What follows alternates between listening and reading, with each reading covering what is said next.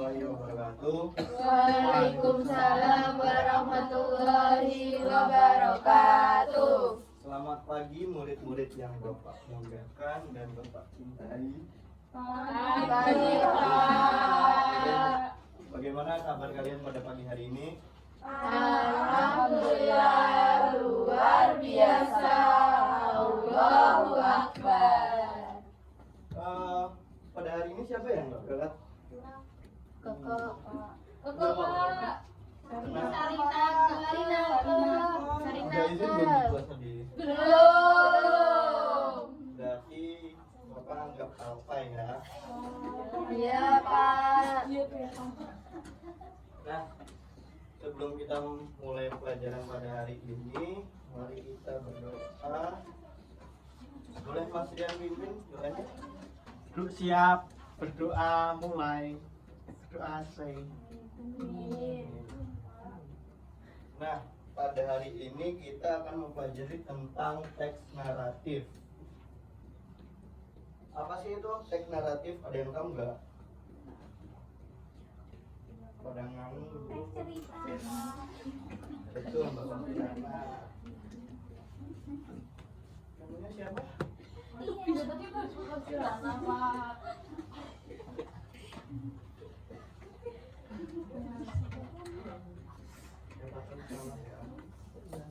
Nah, apa yang disebut Mbak Wastiana tadi itu betul.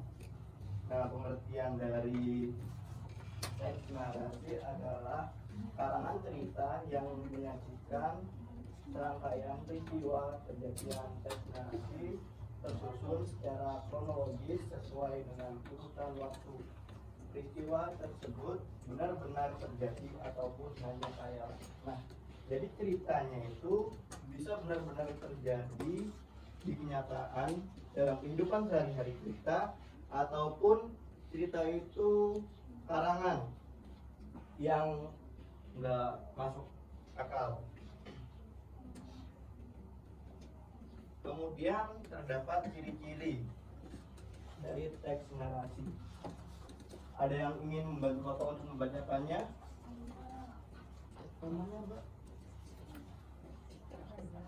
Baik. Yang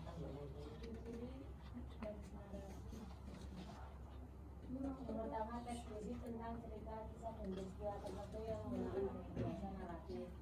Dua, cerita memiliki alur yang jelas dari awal hingga akhir cerita.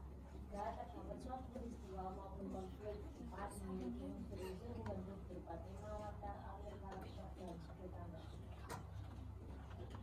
Terima kasih Mbak Nabila. Nah, setelah ciri-ciri itu terdapat struktur teks narasi. Dalam struktur teks narasi itu terdapat orientasi, komplikasi, resolusi, dan reorientasi. Nah, ada yang ingin menjelaskan dari keempat poin tersebut? Saya. Iya Mbak Wasyana. Struktur teks narasi yang pertama orientasi. Pada bagian ini penulis menjabarkan waktu, tempat, tokoh, serta watak dari setiap tokohnya dan apa yang sedang terjadi. Kemudian pada komplikasi berisi kejadian penting, sebab dan juga pemicu yang menimbulkan konflik antar tokoh dan yang menimbulkan peristiwa lain sebagai akibat dari konflik sebelumnya hingga mencapai puncaknya. Kemudian pada resolusi berupa penurunan konflik dan dapat diselesaikan.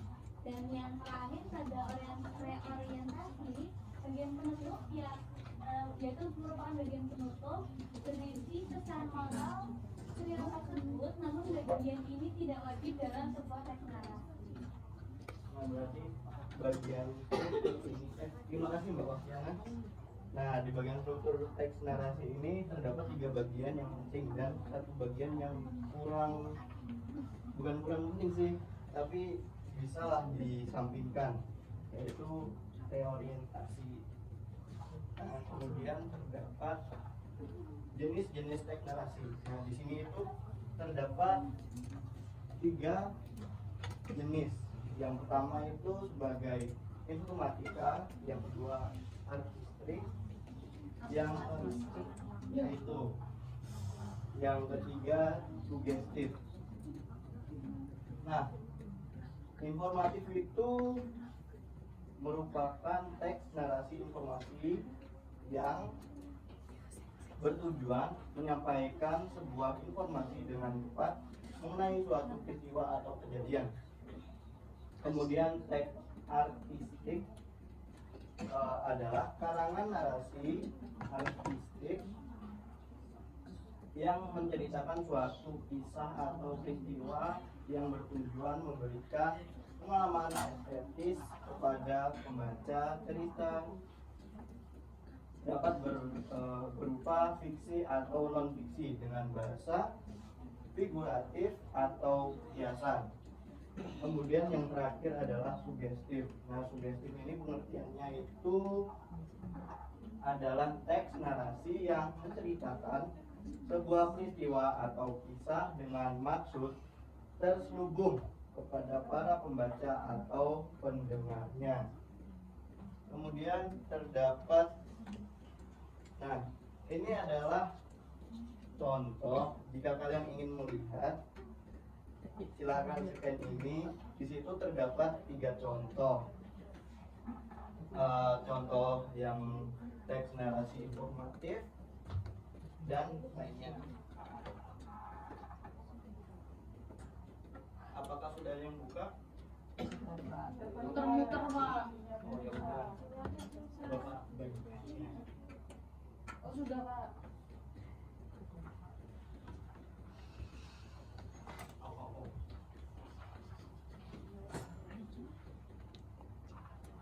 Bisa terlihat dari belakang. Lihat Pak. Nah, yang pertama itu terdapat teks naratif.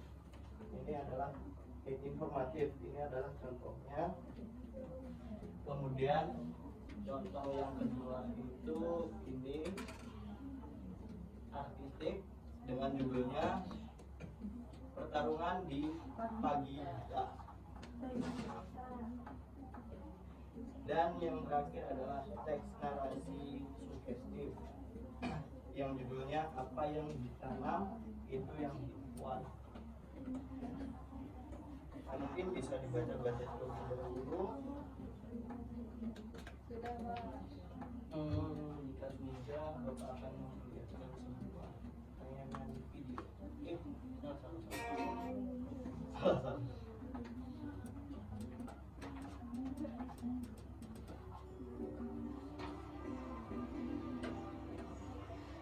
Ini adalah sebuah salah satu contoh dari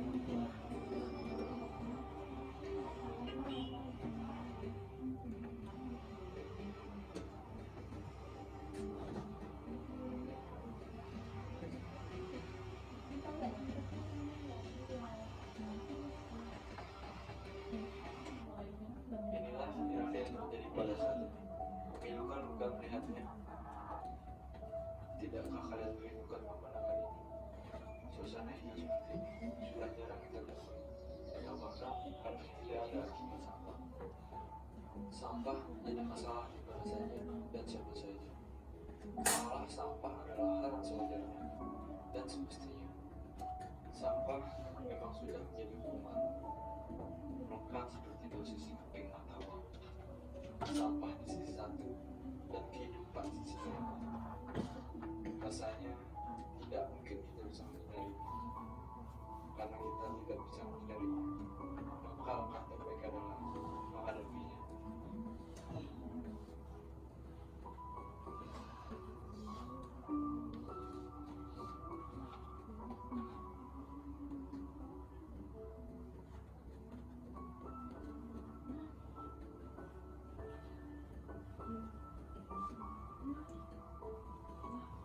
Banyak cara untuk kita menghadapi sampah.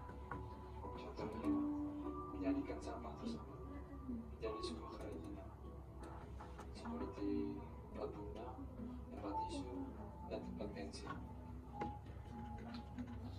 Sampah bisa menjadi barang yang berguna, tergantung pada diri kita sendiri. Ingin membuat perubahan atau tidak sama sekali.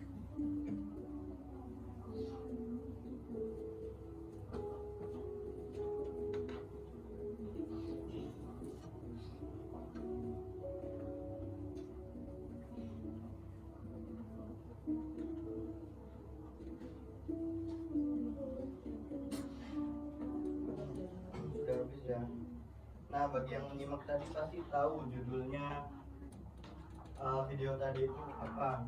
Berubah. Oh iya, di sini Udah. udah ya. Nah, setelah melihat video ini, kita akan mengerjakan soal. Akan tetapi sebelum mengerjakan soal, kita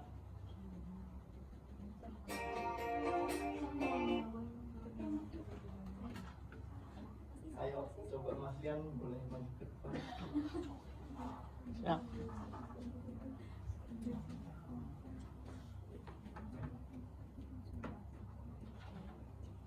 Udah siap?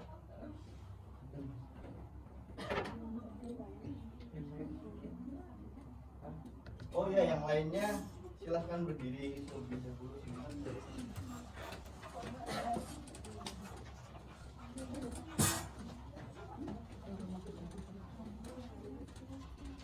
Apakah sudah siap? Siap.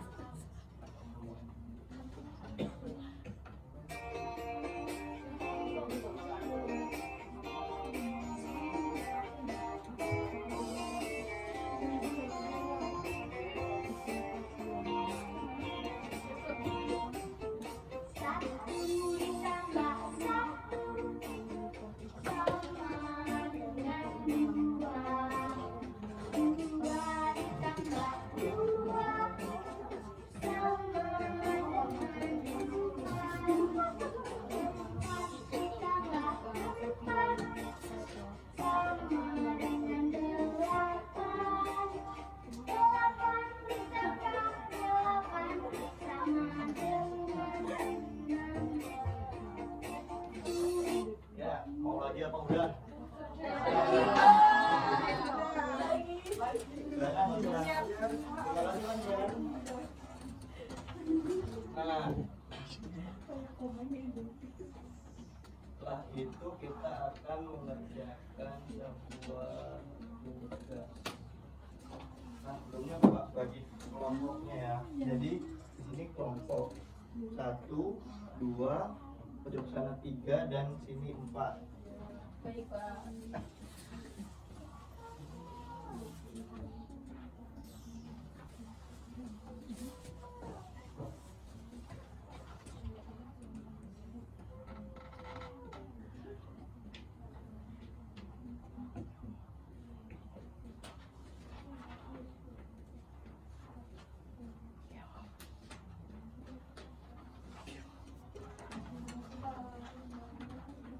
Iya.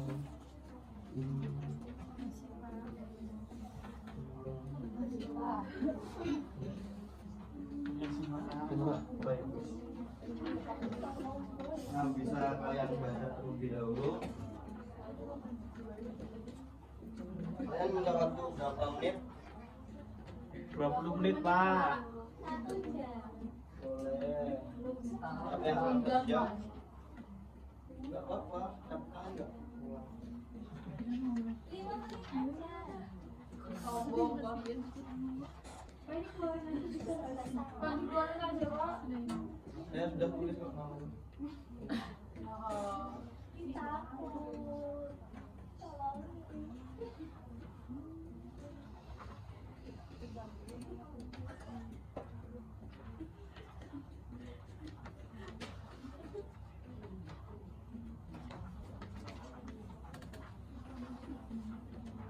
Pak, mau tanya, Pak. Iya. Tanya terus Kak Apa sih Farah. ya? Kamu kenapa sih orang nggak paham juga mau tanya nggak boleh?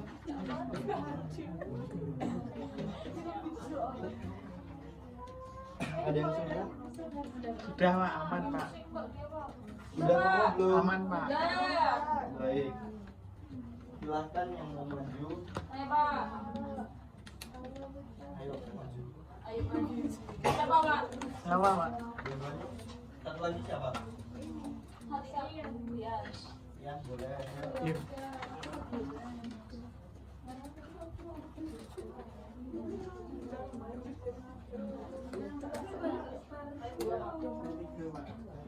Silakan. Soal nomor 1 itu teks narasi pemberian luas bercerita tentang apa? Jadi cerita ini berkisah tentang seorang tokoh utama yang dihadapkan pada situasi atau tantangan yang memerlukan keberanian yang luar biasa. Dengan hati yang teguh dan tekad yang kuat, tokoh tersebut mengatasi rintangan dan menghadapi ketakutan dengan keberanian yang luar biasa, seperti emas yang diuji kekuatannya melalui api. Soal yang kedua, konflik tokoh utama pada teks tersebut adalah dalam perjalanan atau konflik tersebut tokoh utama mungkin menemui pengorbanan, ketidakpastian atau bahkan resiko besar. Namun keberaniannya membawanya menuju pencapaian atau kemenangan yang mengesankan, seolah-olah melalui sebuah perjalanan yang melebur dirinya seperti emas dan api. Soal nomor 3, pesan moral yang didapat dari teks narasi tersebut adalah pesan moral atau nilai dari cerita ini mungkin menekankan pentingnya keberanian dalam menghadapi tantangan hidup dan bagaimana melalui keberanian itulah seseorang bisa mencapai prestasi atau keberhasilan yang sejati. Cerita ini mungkin menginspirasi pembaca untuk menghadapi ketakutan mereka sendiri dengan sikap yang penuh keberanian dan sikap. Ya, Pak. Tunggu sebentar, jangan dulu. Karena Mama Kiana dan Mbak Nazla silakan maju ke depan.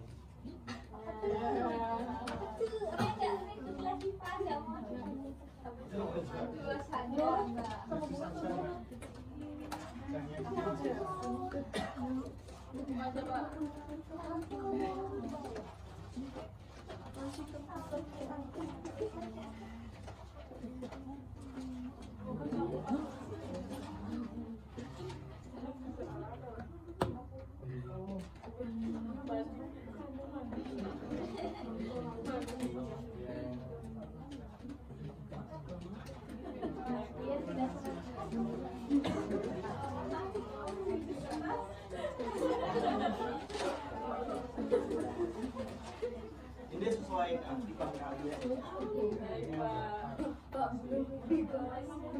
Terus siapa lagi ya yang join? Oh, Mas Piana.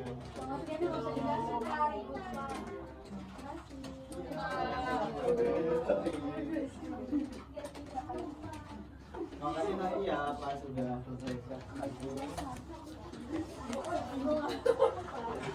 Nah, siapa yang ingin menyimpulkan pelajaran kita pada pagi hari ini? Ya, artinya tidak ada. Pada pagi hari ini kita telah mempelajari tentang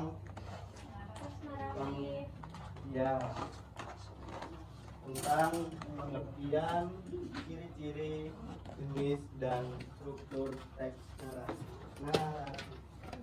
Nah, sebelum kita akhiri kelas ini, Bapak ucapkan terima kasih karena telah berpartisipasi pada kelas ini. Bapak ucapkan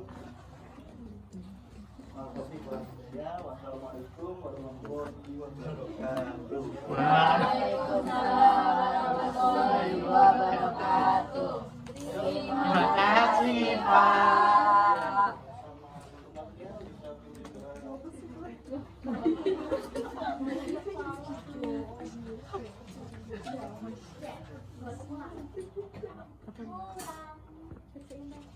Berapa?